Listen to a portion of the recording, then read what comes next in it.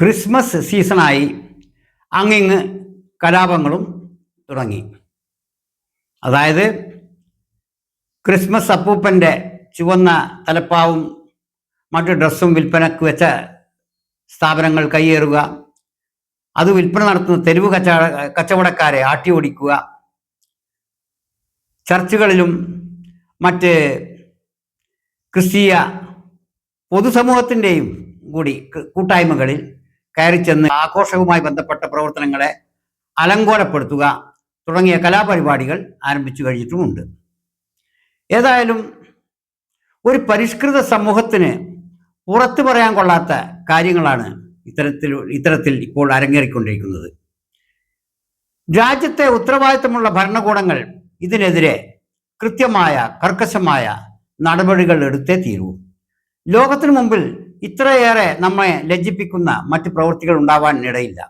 കാരണം ആഗോളതലത്തിൽ അറിയപ്പെടുന്ന ഒരു ആഘോഷ പരിപാടിയാണ് ക്രിസ്മസുമായി ബന്ധപ്പെട്ടുള്ളത്. അതിൻ്റെ ആത്മീയ തലങ്ങൾ, അതിൻ്റെ ആത്മീയ സാധുതകൾ എന്തൊക്കെയായാലും അതൊരു ആഘോഷ രീതിയാണ്. ഈ അവസ്ഥയിൽ ഇന്ത്യയിൽ അതിനെതിരെ ഇത്തരം ലജ്ജാകരമായ അതിക്രമങ്ങൾ നടക്കുമ്പോൾ അത് ലോക ശ്രദ്ധ ആകർഷിക്കും എന്നുള്ളത് ഉറപ്പാണ്. അതുകൊണ്ട് തന്നെ ലോകത്തിനു മുമ്പിൽ ഇന്ത്യക്കാരൻ തലകുനിക്കേണ്ട ഒരു അവസ്ഥ ഉണ്ടായിട്ടുണ്ട് ഇപ്പോൾ ഓൾറെഡി.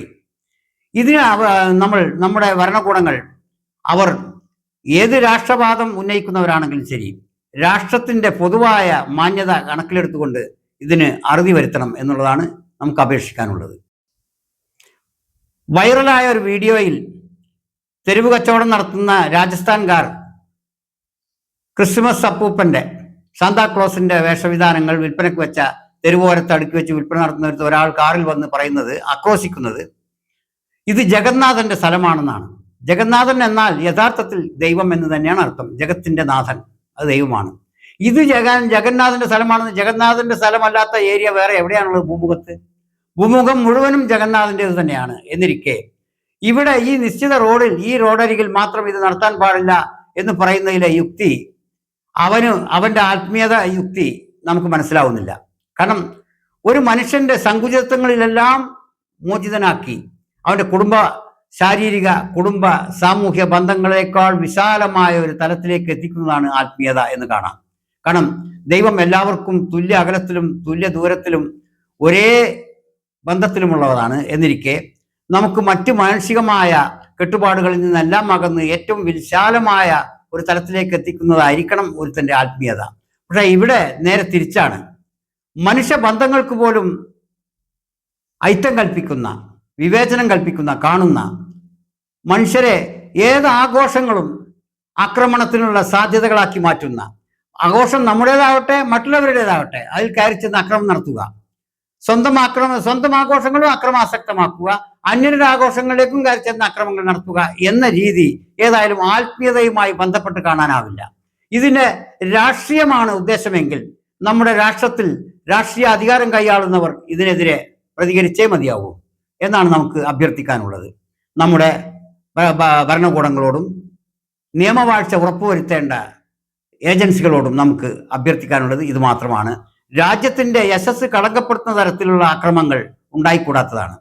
കാരണം ആഗോളതലത്തിൽ ശ്രദ്ധയാകർഷിക്കുന്ന ആഘോഷങ്ങളിലേക്ക് അതിക്രമിച്ചു കയറുന്നത് ആഗോള ശ്രദ്ധ ആകർഷിക്കുകയും ആഗോളതലത്തിൽ ഇന്ത്യക്കാരുടെ മാനം കെടുത്തുകയും ചെയ്യും എന്നാണ് എനിക്കിതിൽ ഊന്നിപ്പറയാനുള്ളത്.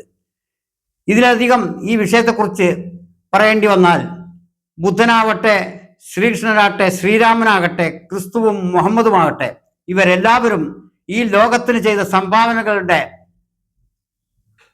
വളക്കൂറിലാണ് നമ്മുടെ സംസ്കാരം നിലനിൽക്കുന്നതും വളരുന്നതും എന്ന് കാണാം. ഇതിൽ ആരെയും ഒറ്റപ്പെടുത്തി കാണേണ്ടതില്ല. മഹാന്മാരായ എല്ലാ മഹത്വങ്ങളും, എല്ലാ മഹാന്മാരും, എല്ലാ മഹാവിജ്ഞാനീയങ്ങളും പൊതുസ്വത്തുക്കളാണ്. എന്നിരിക്കെ അതിൽ ഒരുത്തൻ്റേത് മറ്റൊരുത്തൻ്റേത് എന്ന വിവേചനം കാണുക യുക്തിഭദ്രമല്ല. അത് ആത്മീയതയുടെ അന്തസ്സത്തക്ക് നിരക്കുന്നതുമല്ല. ആത്മീയതയുടെ വിശാലമായ കാഴ്ചപ്പാടിന് നിരക്കുന്നതല്ല ഇത്തരം സങ്കുചിത വാദങ്ങൾ എന്ന് കാണാം. അതുകൊണ്ട് ആത്മീയതയെ അതിൻ്റെ വിശാലതയിൽ കാണാൻ ശ്രമിക്കുകയും രാഷ്ട്രീയത്തെ അതിൻ്റെ കാര്യപ്രാപ്തിയിലും അതിൻ്റെ പ്രായോഗികതയിൽ നിരീക്ഷിക്കുകയും ചെയ്തുകൊണ്ട് ഇത്തരം നാട്ടിലെ നിയമവാഴ്ച ഉറപ്പുവരുത്താൻ ഭരണകൂടങ്ങൾ, നിയോഗിക്കപ്പെട്ട ഏജൻസികൾ ജാഗരൂകത പാലിക്കണം എന്ന് അഭ്യർത്ഥിച്ചുകൊണ്ട് നിർത്തട്ടെ.